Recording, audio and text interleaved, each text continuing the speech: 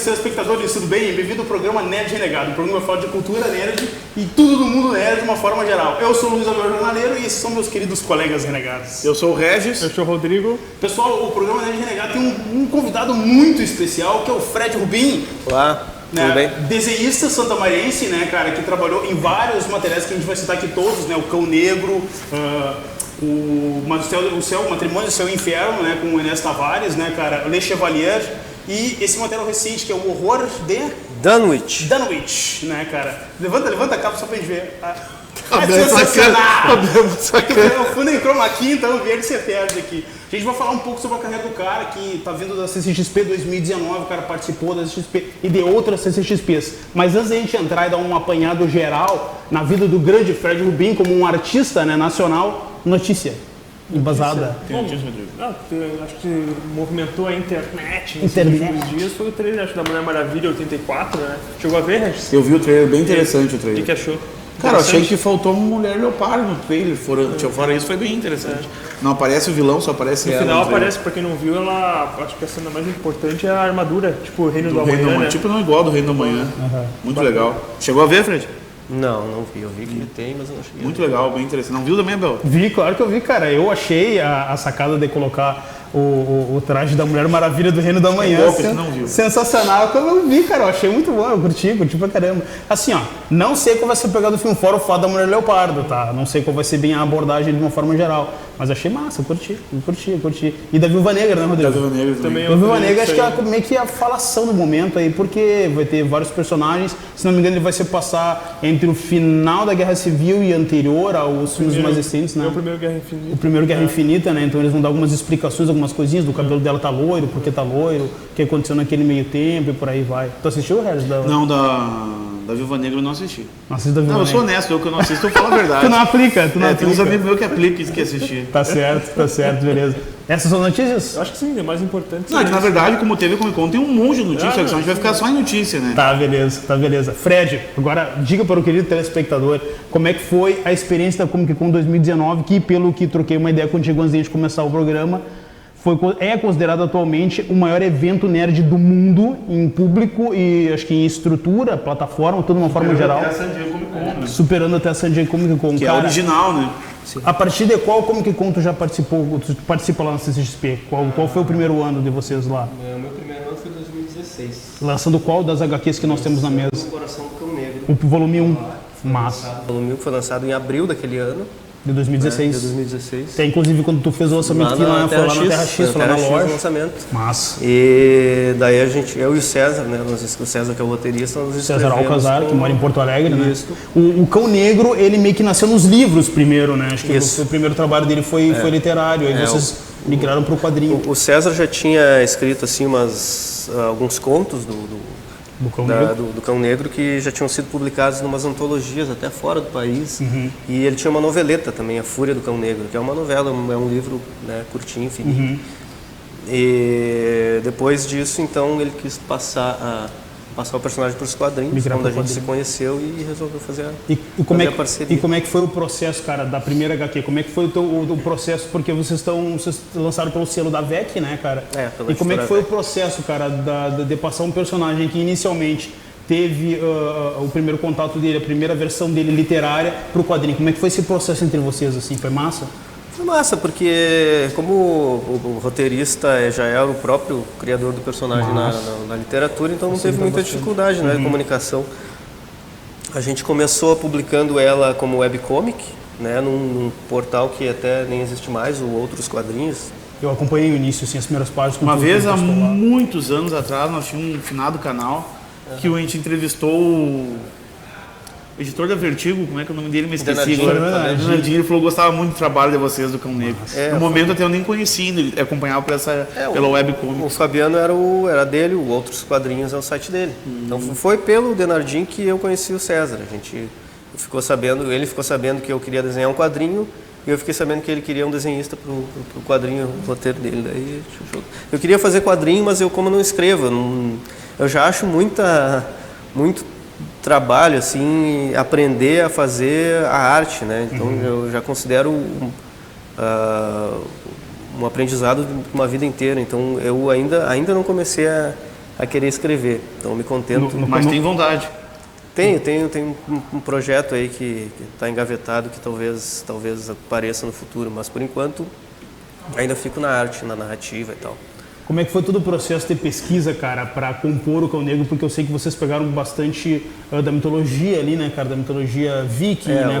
Como é que foi, cara, esse processo para ti, como desenhista, transpor isso aí pro papel com a ajuda do Alcazar e toda a liberdade ele mescla algo da mitologia e mescla também a parte histórica também. O legal é que tem isso, que é o pano de fundo histórico, ele é bem real. Por exemplo, a batalha de Clontarf, que aconteceu lá na Irlanda, onde foi uma grande batalha lá entre os vikings e os nativos da Inglaterra, que o personagem, o Cão Negro, ele lutou, ele é nativo dali da Inglaterra, né? Ele é gaélico, mas ele lutou entre os vikings, porque ele foi criado entre os vikings e tal, nessa batalha. Então essa foi uma batalha que marcou assim, a identidade dele. A partir dali ele começou a ser um cara renegado pelas duas culturas e tal. E o legal é que além disso, além dessas locações históricas também, da geografia do lugar, ainda tem influências da mitologia celta, da mitologia da Irlanda. Tudo isso com uma pesquisa bem legal. O César sempre fez a pesquisa para escrever os romances, né, os contos lá. Então, e a gente não podendo, sem verba para ir viajar para lá para tirar foto, a gente recorreu ao Google mesmo para referências. Sim, tipo a montanha, pegar toda aquela questão mais fotográfica. Isso, ali, né? toda a geografia da região. A geografia do negócio, que massa. E aí depois vocês lançaram o primeiro volume do Cão Negro. O teu próximo trabalho foi o Cão Negro 2, foi o segundo volume do Cão Negro. Saiu o Le Chevalier. Não, foi o Le Chevalier anterior? Ainda em 2016, porque o Cão Negro eu desenhei entre 2014 e 2015. Apesar de ele ter sido lançado em 2016. Tá. E ainda em 2016 eu fiquei desenhando o Le Chevalier, primeiro volume, né? Nossa, que rapaziada. Chevalier, Arquivos Secretos. Opa! O 2? Esse aqui é o 2, esse aqui que você apresentou sozinho é o 2, em breve falaremos. Que assim que a gente lançou pela editora VEC o Cão Negro, eu conheci o Cordenonce, o Azé Cordenonce, que é o criador do Le Chevalier. Ele já tinha lançado um romance do Le Chevalier, pela editora VEC. O livro. E ali a gente teve a ideia de fazer fazer o quadrinho, né? E já lançar pela editora VEC, com a ideia de já lançar na CXP de 2016 mesmo. Então, na verdade, em 2016 eu fui com 2 lançamentos. Eu fui com o Cão Negro e com o primeiro Le Chevalier. Cara, como é que é a receptividade do artista nacional na CCXP? Pelo que eu ouço, eu converso com a rapaziada, diz que a receptividade do público, de uma forma geral, é muito positiva. É muito legal, cara. Muito legal. Cada ano a gente percebe um interesse maior do público no quadrinho nacional. Que massa. Porque o público vai vendo que os autores não devem nada para os autores de fora. Os caras norte-americanos e europeus e por aí vai. Muitos dos quadrinistas daqui já são publicados lá fora também. E a gente... Eu, especificamente, eu vejo... vai se formando um público, sabe? Tá se formando um público em torno do Le Chevalier, do Cão Negro. Tem gente que me cobra todo ano o volume 3 do Cão Negro. Pois é, isso que eu ia te perguntar. Quando os caras vão lá, provavelmente já tem aquele público que já comprou de ti no ano anterior, e os caras vão lá até prestigiar de novo. Como é que é esse contato com os caras? Assim, cara? É muito massa, né? Porque tem gente que já vem com a HQ que comprou em algum site, ou comprou no outro ano para assinar. Massa. E tem os caras que a gente já vê todo ano, assim. O cara vem, o que tem de novo aí, vou levar, sabe? Legal. O cara sabe que o meu trabalho, do André, e o cara já é fã, né? O André leva os romances dele também, além dos quadrinhos, né? Cordenonce. E então já se forma um público assim em torno desses trabalhos autorais, né? Isso é muito legal. Tem gente que passa o dia inteiro, né? Vai só para ficar no Artist Alley lá. Então são quase 400 artistas. Quantos tu tem mais ou menos uma noção, não numérica exata, mas é muito artista nacional lá, né, cara? Cara, esse ano, eu não vou dizer com certeza, depois dá para pesquisar e ver, e foi em torno de uns 380, eu acho. Bastante, velho. Por aí. Como é que funciona o processo de seleção para o pessoal entrar lá? Para o público que não sabe, a gente conversa entre nós, a gente sabe, mas como é que funciona o processo de seleção em média? Em todo ano, por volta de abril, assim, se abrem as inscrições para tu participar do Artist Alley. Então tu vai concorrer com outras quase 1000 pessoas para entrar lá, né? São 400 e poucas vagas. Porque aí tu escolhe, né, tua mesa, tu vai querer mesa dupla, mesa simples, e tu entra no processo de seleção baseado no que tu vai levar, no que tu já tem, que tu vai levar, e nos lançamentos que tu promete levar para lá também. Tá. Nisso tu tem que se programar bem, né, tem que ser bem organizado para tu ter o lançamento, para tu não prometer levar uma coisa e chegar lá na hora e não ter o lançamento, né? Claro. Isso é um dos critérios, inclusive, de corte na hora de seleção dos artistas. Entendi. E então é um evento assim que toda a comunidade dos quadrinhos já se programa para que no final do ano lançar alguma coisa lá. Alguma coisa lá. Porque a vitrine é gigantesca, né? Assim, o que tu vende um lançamento lá, em 3 dias, 4 dias, tu leva 1 ano, 6 meses para vender em loja, sabe? Espalhada pelo Brasil. Assim. Claro. Pode crer. Então E uma dúvida que eu tenho, assim, a evolução do evento em si nesses anos é muito grande. Sim, assim, ó, da parte dos artistas ali, porque quando a gente está no Arte Sala e a gente mal sai. Vocês estão trabalhando, na verdade. A gente não sai, a gente sai para ir no banheiro, sai para comer alguma coisa e era isso. Da parte dos artistas a gente vê assim que tem uma preocupação sempre constante, todos os anos o Ivan Costa, que é quem administra lá a área dos artistas, de sempre ouvir e estar aberto a sugestões e tentar melhorar as coisas, as reclamações e as sugestões para melhora, né? Então, todo ano a gente vê que tem uma preocupação da organização do evento para deixar cada vez melhor, mais confortável. Assim, o espaço é super bom, tanto da mesa quanto entre as mesas, e mesmo assim tem muita gente, né? Isso que é muito legal. Massa. E essa interatividade que tem com os artistas, assim, o pessoal de fora, do Brasil, como é que é? Dá para interagir ou é muita... Não, o legal é isso, que a gente está, assim, na grande maioria dos casos, até dos artistas que vêm de fora, assim, a gente está, assim, de igual para igual, sabe? Como colegas. Então rola uma camaradagem, assim, bem tranquilo, dá para conversar. Senta aí, Frank Miller, vamos tomar uma cerveja. Cara, o Frank Miller é meio intocado, assim, tipo, tu não vê o cara andando por ali. Senta Não, aí, o Frank Miller Miller, fica isolado lá em O algum Frank lugar, Miller, eu nunca vi ele. Ele tem as sessões, né? As horas determinadas de sessão de autógrafo. E assim, a gente nunca vê, eu não cheguei a conhecer ele ainda. Não tive o prazer dele vir na minha mesa ainda. E o Maurício de Souza, cara, chegou a cruzar por ele ali uma Já hora vi dessa, ele, vi de longe, assim. Não sim. consigo. Que é outro cara. É outro Souza cara é que é foda. muito difícil, né? O resto Maurício de Souza se é emociona. Porque a gente pode. O Maurício a gente vê de longe, assim, mas sempre que ele tem os horários dele lá, do autógrafo, a fila tá imensa, então não tem como a gente se ausentar Claro. da nossa mesa para. Porque o foco de vocês lá é divulgação e venda, né, cara? Divulgação e venda. É vender, divulgar o trabalho de vocês. Vocês vão com esse propósito, né? Eu tava vendo as histórias nas redes sociais do Thiago Crene, né, cara? O Thiago falou que esse ano foi o primeiro ano que ele não foi para divulgar nada, ele foi para curtir. Ele disse, cara, foi como visitante. Cara, é outro espectro, é outra visão, é outra coisa, porque tu não tem aquela obrigatoriedade de começar o evento e terminar, ficar ali. Qual é o horário de funcionamento em média lá, cara, para vocês? Assim, você chega um pouco antes do público, né, obviamente. O evento abre às 11 nos dias na quinta e sexta e ao meio-dia, sábado e domingo, ou vice-versa, não sei. Mas a gente sempre chega bem antes, a gente chega... Eu sou um cara que costumo chegar, a gente é um dos primeiros a chegar. Assim. Então chega, monta a mesa ali e começa a se dar uma circulada pelo evento para ver os estandes, enquanto não tem ninguém para conversar com os quadrinhos. Claro. Essa é a hora que a gente conversa entre o pessoal. Antes de abrirem as portas. Né? Sim.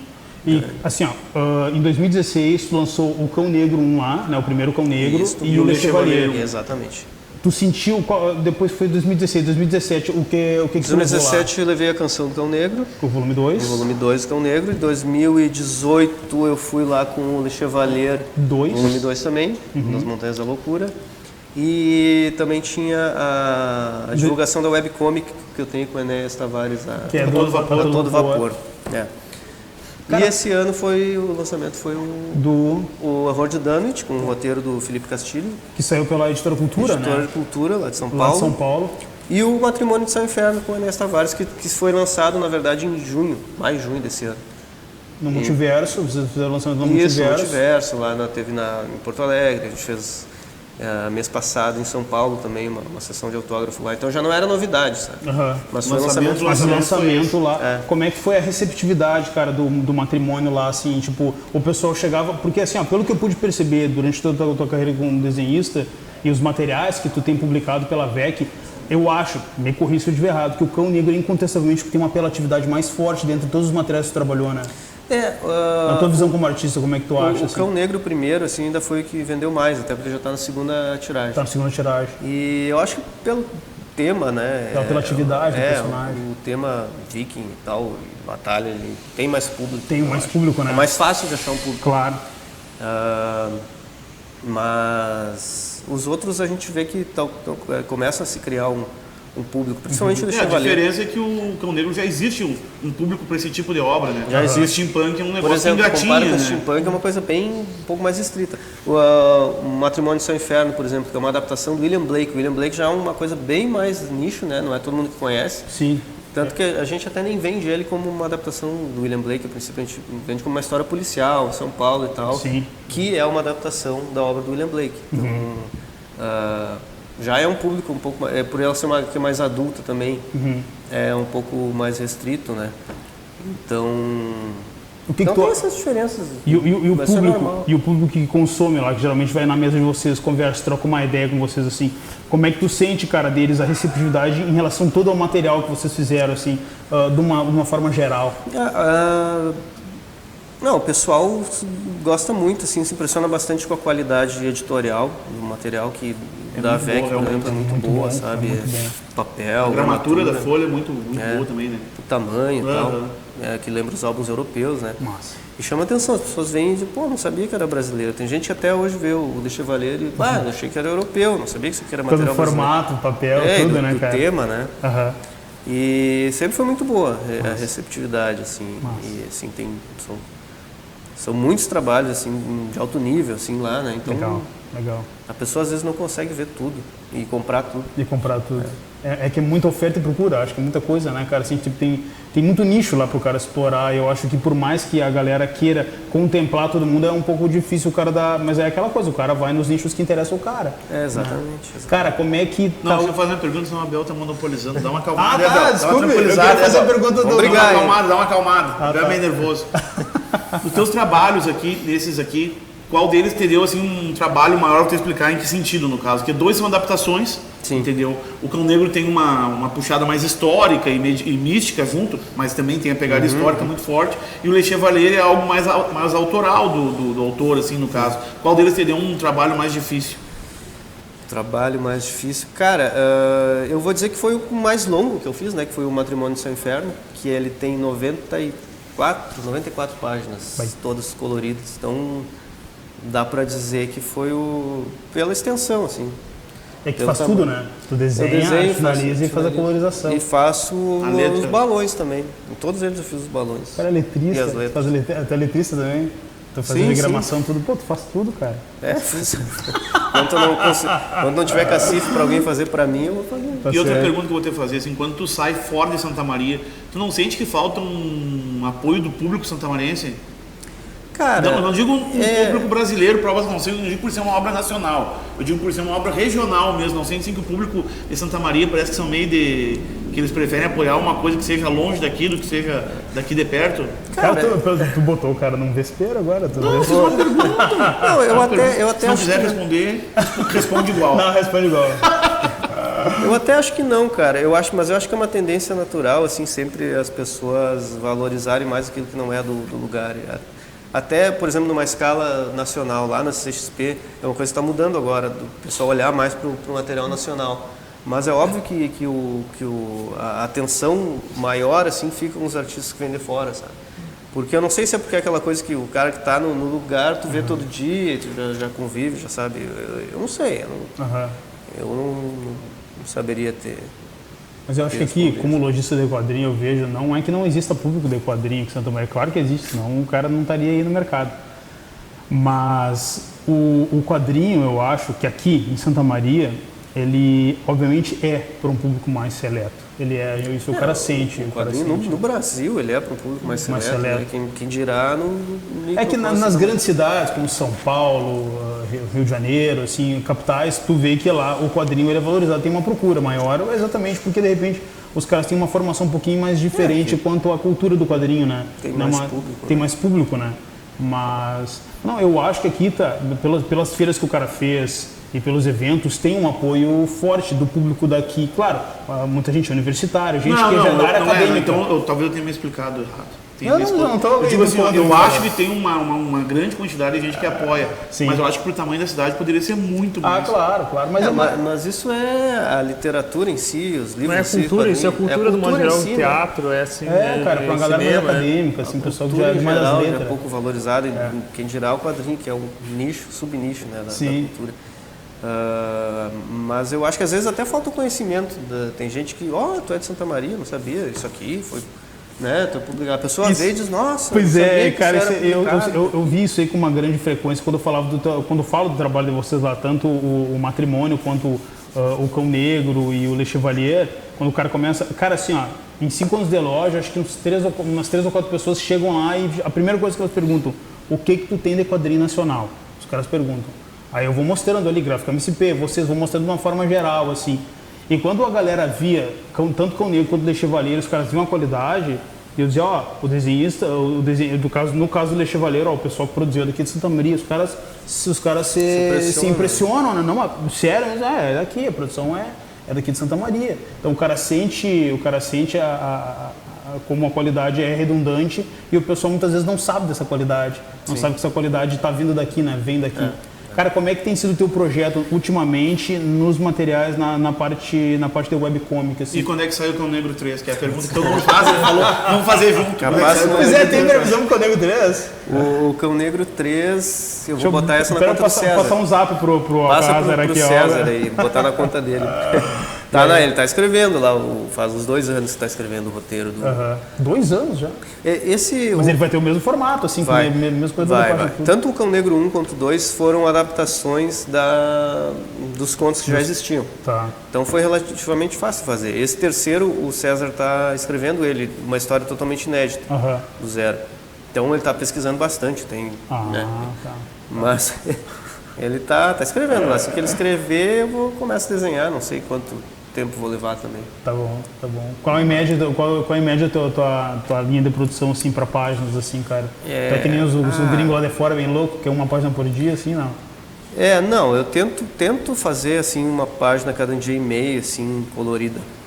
Mas nem sempre dá, porque tem outro... O processo é mais demorado porque tu faz tudo, né? E entra outras coisas no meio, assim, né? Que o quadrinho ainda não é a minha atividade principal, então às vezes eu tenho que ficar um tempo sem produzir e tal.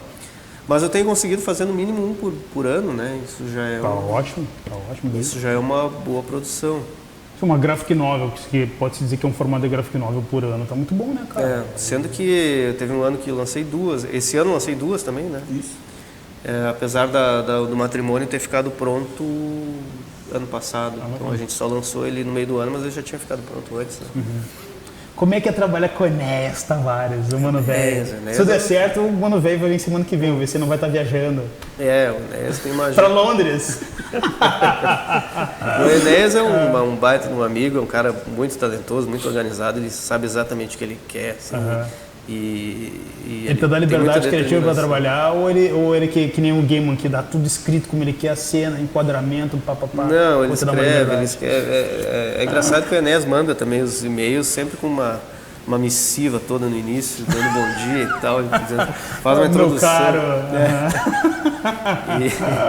E ele... Não, e é muito... O Enéas, ele sabe... É legal que eu trabalhei com 4 roteiristas diferentes já. E cada um deles é diferente e eu me sinto à vontade de trabalhar com todos. O interessante é que todos têm talento para escrever, isso que é o mais importante, né? Eu só tenho toda essa coleção de graphic novels porque eu tive a sorte de conhecer os roteiristas bons para desenhar também. Tu trabalhou com o Alcazar, com o Cordenonce, com o Enéas e com o Felipe Castilho. Que o Felipe Castilho é romancista, ele também escreveu a Ordem Vermelha. Isso é um material dele também ano passado, eu acho que foi Desafiadores do Destino pela VEC, isso, tá. E então é só gente gente da pesada. Tá vendo pesada? Cara, e projetos pessoais aí. E tu te inspira em alguém com a tua arte, assim, no início de carreira? Quanto é que tá aquela sacaneada? No início de carreira Quando ou os não? caras te comparam ao Mike Mignola, tu fica brava? Não, não fico bravo. Não fico bravo Mike porque... Mignola, santamariense. Ser comparado com alguém bom não tem problema, né? Porque o cara te compara com o Alex Ross, fica bravo, fica super chateado. O cara fica super chateado. Só aprendi, já era. O cara me compara com o Alex Ross, eu tenho que dar um par de óculos pra ele. Que não tem nada a ver, né? Não, mas sério, falando agora da comparação Mike Mignola, já fizeram essa comparação? Já? Sim, já. direto, né? Todo mundo faz. Eu não acho que tenha muito a ver a minha arte, assim, mas tem algumas similaridades na arte final. Na técnica, assim, mas eu acho que o Mignola é muito mais... o desenho dele é muito mais geométrico, sabe? Mais as estátuas, assim. Eu procuro dinamizar também as figuras bastante, mas eu puxo um pouco mais pro caricato do que ele. Ele é um pouco mais geométrico. Ele é mais mas geométrico, é um dos meus ídolos, assim. Eu gosto muito do trabalho dele, gosto muito do Mazzucchelli, do Hugo Pratt também, do Corto Maltese. Tem muita coisa aqui, principalmente aqui eu busquei bastante influência no Road Dunwich do Hugo Pratt. Tem Frank Miller também, na época boa dele, né? Muito tempo atrás, né? Frank Miller, cara, vocês injustiça pro coitado do Miller. Não, o Miller atualmente tá ruim. Ele tá ruim. Não, o espectador não fique bravo, mas é verdade, assim. Acho que a última vez que eu vi a arte do Miller mesmo em andamento para valer ali foi no Cavaleiro das Trevas 3, né? Que ele fazia as edições internas, aquelas menores, né? Terrível, e algumas capas. O Miller realmente, ele já nem se importa muito em fazer mas algo... o que o Miller, agora falando sério, o que eu acho surpreendente do Miller é o jogo de luz e sombra. O Sin City, né? Não, eu nem digo isso, eu digo nessa época mesmo, do Cavaleiro das Trevas 3, ele tem uma capa dele que ele dá 3 riscos, é o Batman no escuro. Isso é muito... E nessa linha vem o Eduardo Risso também, que eu sou fã total. Pode crer, Eduardo Risso é foda. E outros artistas que trabalham com claro escuro, assim, também. Com luz e sombra e tal. Pode crer. Eu acho que o Sin City do Miller foi um troço ali que ele se puxou muito. Ele se puxou para fazer um trabalho assim de detalhamento na arte final, assim, que ficou muito absurdo. Que ano é Sin City? Cara, Sin City foi ali início da década de 90, porque era Dark Horse. A gente que acabou vendo esse material bem tarde, né, acho cara? Fim de 80. Final de 80 e início de 90, que ele tava pincelando a Cidade do Pecado, foi o primeiro trabalho dele, né? Mas a gente foi ver esse material em meados de 2000 e pouco, que foi quando a Devir começou a trazer, a Globo trazer alguma coisa também. A gente viu esse material bem tarde, cara. Isso já tava bombando lá fora fazia horas já. Então a gente teve acesso à tarde, mas mesmo assim é um material top. Mas tu vê, volta e meia, quando alguém vai lá na loja e fala de Frank Miller, ou conversa, os caras pedem. Cavaleiro das Trevas, óbvio, isso é certo. Cavaleiro das Trevas, Batman não, essas paradas. E quando eu ofereço o Sin City, os caras meio torcem a cara, se não levam fé. Senão, cara, isso aí é um material autoral dele muito bom. Então é uma coisa que não digo que está no mesmo nível que o Cavaleiro das Trevas, não tem como. Mas é um material dentro da proposta que ele fez como um artista solo, desenhando e escrevendo, muito bom, cara. Aquilo ali é o Frank Miller nu e cru, assim, sem muita frescura, né? Foi o que o filme entregou. Cara, assim, projetos futuros, o que tu pode adiantar para nós tu aí? Tu perguntou da webcomic aí, que eu não Pois é, como é que tá o processo, a aceitação da webcomic? Isso, tu acha que, claro, superar o papel nunca vai, mas como é que tá a aceitação do público? Porque hoje em dia a gente vê que o scan é uma coisa que está muito em alta, assim, ler em scan, consumir o produto scan para ver se vale a pena e correr atrás do material físico, aquela coisa toda. Como é que é entrar nesse universo da parte webcomic, que vocês já deram uma testada na época do Cão Negro ali, com as primeiras páginas? E, inclusive a gente tem, todas as edições da VEC, elas são lançadas como e-book. Mas assim, a procura é muito pequena ainda do público. O público prefere o material físico. O material físico. Graças a Deus. Tem. E continua não assim. Tem, eu prefiro o material físico. Eu também. Prefiro ler, prefiro ter ali. A gente tem esse fetiche de ter o produto. O produto mexer, folhar, cheirar. Eu acho que isso aí vai só para umas 2, 3 gerações, cara. Que bom, cara. Que vai bom. Ser... Não, que a gente foi ensinado de outra maneira, né, cara? Nossa geração. Mas até a geração é do papel. nova. Até a geração nova. Eu lembro que uma vez a gente fez um programa falando sobre a Paninha estava naquela caça às bruxas. Isso, que elas cancelaram tirando os scans. Até o Rodrigo estava sendo perseguido naquela época. Até o Rodrigo estava sendo perseguido. Então, enfim. Não, o Rodrigo. Mas eu acho muitas vezes que o material digital ele serve como porta de entrada para o cara que quer entrar no físico depois. Isso pro autor independente, assim, é meio que isso aí, sabe? E tem gente que quer ficar publicando mesmo no digital também. Mas tem gente que procura o digital como uma porta de entrada para o físico. Foi o nosso caso. Eu ainda prefiro ler o físico, eu não consigo ler em tela de computador, em celular, nem pensar. Mas é que nem capa dura, eu prefiro ler formatinho. Ler capa também é mais. Mas é verdade, ler é muito melhor. Para ler é mais cômodo mesmo. Então, inclusive eu tenho uma webcomic, né, que eu desenho com o Enéas Tavares, do Matrimônio. Que é a webcomic do A Todo Vapor. A Todo Vapor. Como é que está sendo esse projeto atualmente? Cara, esse projeto teve... A proposta dele é fazer histórias curtas em 3 páginas. Legal. Então, uma página para o início, uma para o meio, desenvolvimento e uma para o final. Então, é um exercício meio maluco que a gente resolveu fazer. E publicar, tipo, semanalmente, assim, não toda semana. A primeira temporada passou no passado e a gente deu uma parada agora. E a aceitação foi bem legal, porque a gente, inclusive, ela foi indicada ao HQ Mix na categoria Webcomics. Não ganhou, mas deu uma indicação. Só tem indicação também. E é isso. E a margem de visitação, cara, o pessoal lê, porque vocês devem tirar um termômetro, né? Como é que funciona? Eu não tenho os números. Não tem números. Realmente, porque ela é publicada no portal Cosmo Nerd, com o pessoal lá do Nordeste, do Recife, que coloca no portal deles pra gente. A gente passa o link pra lá. E não sei, até tem que me atualizar dos números agora. A ideia é continuar esse ano que vem publicando mais uma temporada. Quem sabe uma história mais longa, não sei, se está nos planos aí. E é isso. E planos para o ano que vem. Planos para o futuro? O que tu pode falar para nós? A gente já tem, todo quadrinista meio que já se programa para lançar alguma coisa em dezembro. Eu esse ano até não pretendo fazer mais que uma HQ por vez. Eu sempre falo isso e acabo fazendo o trabalho de divulgação é muito cansativo? Ou mais o trabalho de produção que te cansa? A divulgação, tu diz ir no evento. E apresentar o material. Cara, pra mim, eu sou um cara que eu sou bem retraído, assim, tímido, sabe? Então, pra mim, é muito melhor ficar em casa desenhando do que... Mas em compensação, chega uma hora que tu precisa ir, tu sente necessidade de conversar com as pessoas, de ir no evento de entrevista e tal, mostrar, né? E é importante, afinal de contas. Hoje em dia, você quer que o autor faça tudo, né? O cara já escreve, desenha, tu tem que vender, passar a máquina do cartão, vai com o livro embaixo do braço. É isso, né? Mas CCXP é isso. Tu vai em 2 grandes eventos, no caso CCXP e a Comic Con RS, vocês foram no passado esse ano eu não fui na Comic Con RS, esse ano eu fui na Comic Con Floripa. Lá é bom, acho que é bem legal. Também como a gente está aqui, né? Foi terceiro Comic Con Floripa lá, né? A primeira vez que eu fui. Sim. Eu não sei se foi a terceira ou a segunda. É como a gente mora aqui também, longe de tudo, né? É difícil se programar para ir em todos os eventos, é caro e tem que compensar mesmo financeiramente. Então, a CXP é um evento que sempre vale a pena.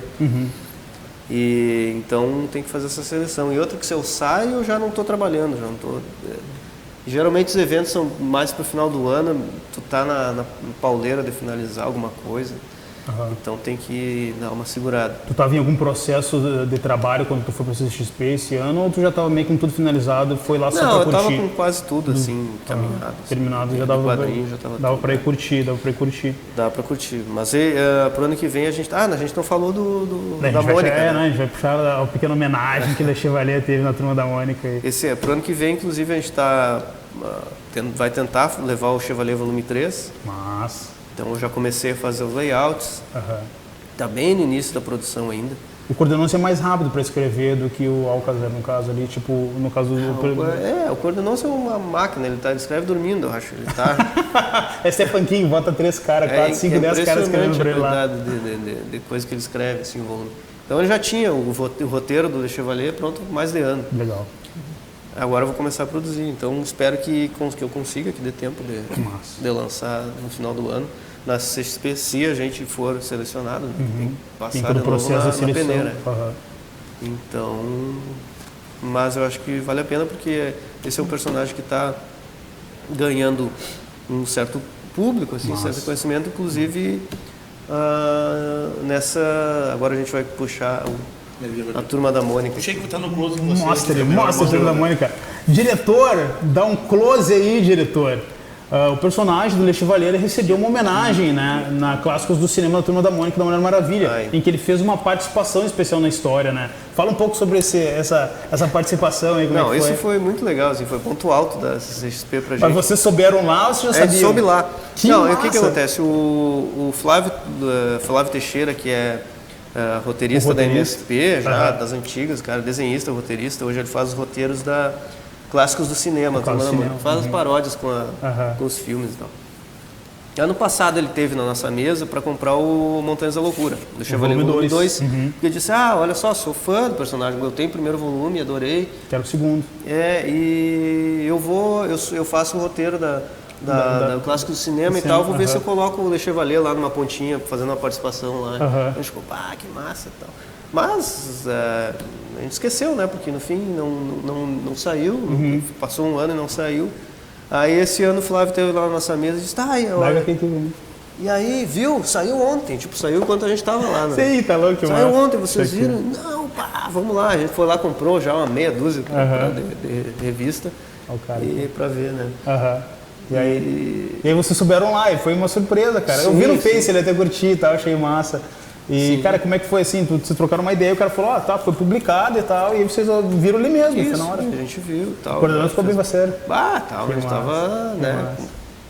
Cara, acho que qualquer homenagem, assim, o cara já se sente contemplado, já isso é massa, né? É incrível, assim, mas, né, eu não sei quantos personagens brasileiros são homenageados na Turma da Mônica. Pode crer. É uma coisa bem comum, né? É verdade. Então a gente ficou muito honrado, assim, muito feliz com a participação. Que massa, cara. E agora a gente já está lançado o desafio, nós vamos colocar o Flávio na próxima Chevalier. Tem que fazer uma homenagem pro cara agora.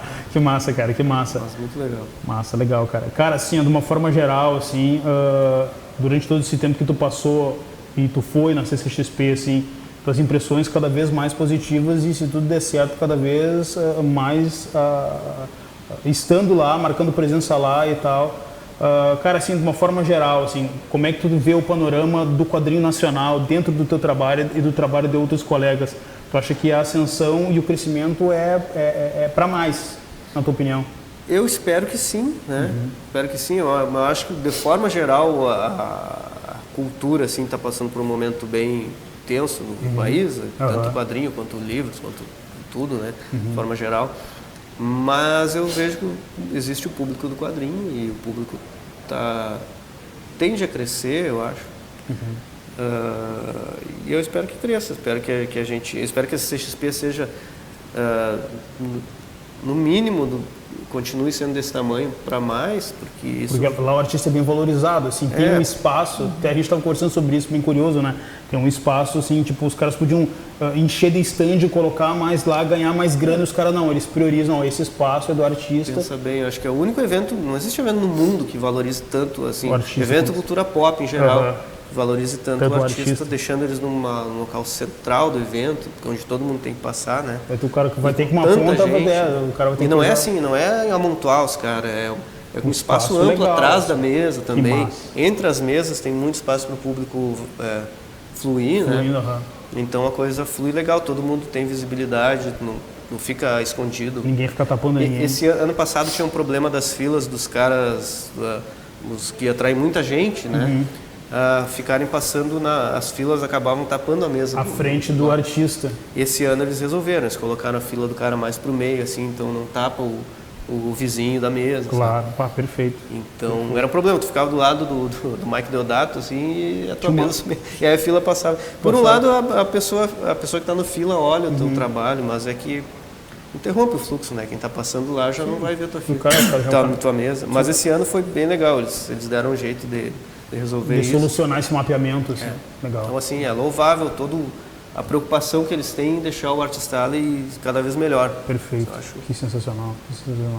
Massa, cara. Teu trabalho é top, muito bom. Quantos anos já, desde o primeiro Cão Negro até, mais recentemente, o Matrimônio? E o Horror. Foram 2016. 17, 18, 19. 4 anos. 4 anos, basicamente. Que massa, cara, que massa. Carreira, assim. E basicamente tu tá mais forte com o selo da VEC, do Arthur, atualmente, né, cara? Tu já teve 3 títulos, basicamente, sendo foi o Le Chevalier. Títulos, sendo que 2 deles já tem 2 volumes. Que massa, que massa. Então são o quê? 5 pela VEC e 1 pela Editora de Cultura agora. Tá, e quando é que tu vai lançar um material teu aí? Tem previsão? Tá, eu tô trabalhando junto com um roteirista desses aqui, um amigo desses aqui, que eu não vou falar qual é. A gente tá trabalhando, tem os personagens meus, assim, que eu tô... Legal. Eu vou escrever o roteiro, eu não vou escrever o roteiro ainda, vou pedir ajuda para um amigo roteirista. Mas... Tá só jogando qual é a pegada, assim.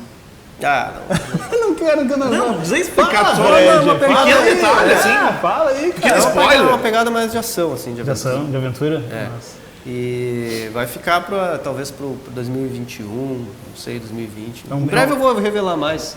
Ou seja, é um material que tu quer trabalhar bem para levar ele redondinho, assim, massa. Exatamente. Eu não sei como eu vou publicar ainda, não sei quantas páginas vai ter, eu só sei que ainda estou estabelecendo os fundamentos da história e tal, fazendo concept. Massa. Cara, vai devagar. Eu conheci um breve trabalho teu como para quem não sabe, o Fred também trabalha com animação, faz animação, né, cara? E eu lembro que eu já vi alguns trabalhos teus com animação uns anos atrás, ou seja, que tu tinha que desenvolver o roteiro e animação. Tem um talento do caralho, assim, então eu acredito que vai ser um troço foda. Vai ser do caralho. Vai ser. Vai ser foda. Sabia. Sou meio vidente. Eu queria fazer alguma pergunta antes de gente encerrar. O diretor falou que a gente tem um minuto. Eu queria mais detalhar essa HQ aqui, o Hold Down. Isso aí tem uma pegada mais Lovecraftiana. É uma adaptação do Lovecraft. É uma adaptação do Lovecraft. Bem nessa pegada. É uma adaptação direta do conto, né? O Hold Down. Mas ela mistura, pelo que eu vi, dei uma folhada, mistura texto com... o texto original com... ou é o texto adaptado? É uma mistura, porque o Felipe Castilho, que fez a adaptação, ele manteve algumas... foi preciso fazer diálogos, né? Sim. É bem difícil adaptar o texto para 50 páginas. Foi do caralho, sabe? Então, é uma adaptação. Nossa. Eu acho que ficou bem legal as soluções que o Felipe conseguiu. A gente conseguiu deixar a narrativa bem ágil, bem compreensível. E ela já foi feita para ser concebida em PIB, em preto e branco mesmo, assim, né? O que foi a proposta da editora, que encomendou para nós uma HQ em preto e branco, com tantas páginas, adaptação. Pronto. Tá paulada, cara. Baita material, acho, finalização do caralho. Eu acho que quer ver se o artista é bom, é botar ele desenho em preto e branco, uma velho. Assim, uma colorização digital. Foi o primeiro trabalho preto e branco que eu fiz. Foi bem... perspectiva aqui, caralho. Como é que foi a experiência? Né? Foi um desafio. Eu sempre estou pensando em cor. E dessa vez eu tive que, certas nuances assim da luz, da sombra, eu tive que resolver ali no preto e branco, sem a ajuda da cor. Sem a ajuda da cor para dar aquela... Legal. Massa. Fred, valeu por ter vindo, velho. Cara, eu que agradeço. Agradeço sempre a força aí, vocês estão sempre dando aquela força para os artistas locais. Merece. Muito obrigado mesmo. Gurizada, muito obrigado por ter acompanhado, né? Semana que vem, se tudo der certo, terá mais. Eu sou o Luiz Alberto Jornaleiro. Sou o Reis. Sou o Rodrigo. Fred Rubim. Valeu e até mais.